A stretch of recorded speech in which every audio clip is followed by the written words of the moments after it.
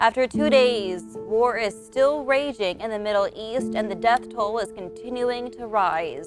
Media on the ground say more than 1,000 people have died total on both sides, at least 4 of them Americans. The White House already sending an aircraft carrier toward the country and positioning air defenses in the area too. Tonight, President Biden with a warning toward other countries in the area.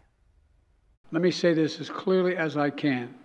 This is not a moment for any party hostile to Israel to exploit these attacks to seek advantage. The world is watching. Israel now working to get Hamas militants out of the country as they continue to strike targets in Gaza. They continue to strike those targets as the night goes on, as hospitals in both countries remain overwhelmed.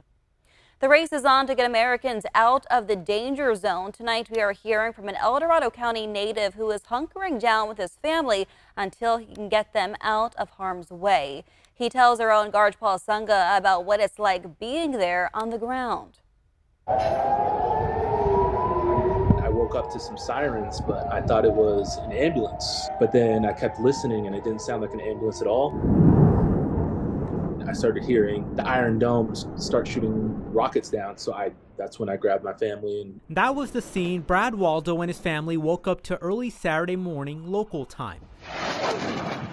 A barrage of rocket strikes heading towards Ashkelon, Israel, less than 10 miles away from the Israel-Gaza Strip border. We were kind of expecting something like this to happen, but we were told by some of our teammates that usually it happens around the springtime. And it's usually just a few missiles. But now the family is in the middle of an ongoing military and political conflict and spend most of their occasions inside a bomb shelter. When you guys get these warnings, how much time before a rocket could arrive?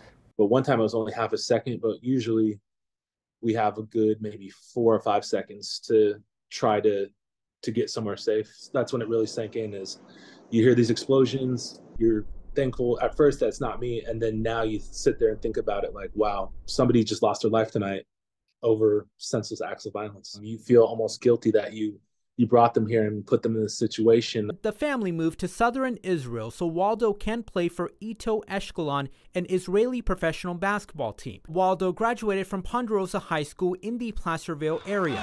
Big players come to life. The star basketball player started at St. Mary's College in the Bay Area before turning pro. It's difficult, like as a husband and a father, you want to keep your family safe, but like as of now, we're just hiding. Waldo says the family tried to leave the area, but the highway away from the conflict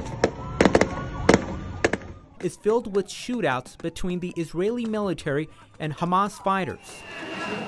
It is not the first bombing the Dorado County native has found himself in. In 2016, he was a few hundred feet away from the Brussels bombing attack in Belgium. I had a lot of PTSD from that incident, and it took several years to slowly get over it. The family is physically safe but emotionally traumatized. They hope to get out of the region before it escalates. They pray for peace as rockets light up the sky. In the end, war, like, nobody wins. Everybody's a loser at the end of the day here. That was ABC 10's Paul Sunga reporting for us tonight. Waldo's wife is from Poland. He says the family is speaking with the American and Polish consulates right now, but they are kind of in the dark. They're hoping for more information and direction on how to escape the war zone. There have been wide reports of Hamas taking prisoners and hostages back across the border into Gaza. The prisoners of war going beyond just soldiers, but civilian women, even children. About 250 people were killed at a music festival yesterday morning near Gaza. Now, people who attended that festival are missing and haven't been heard from since.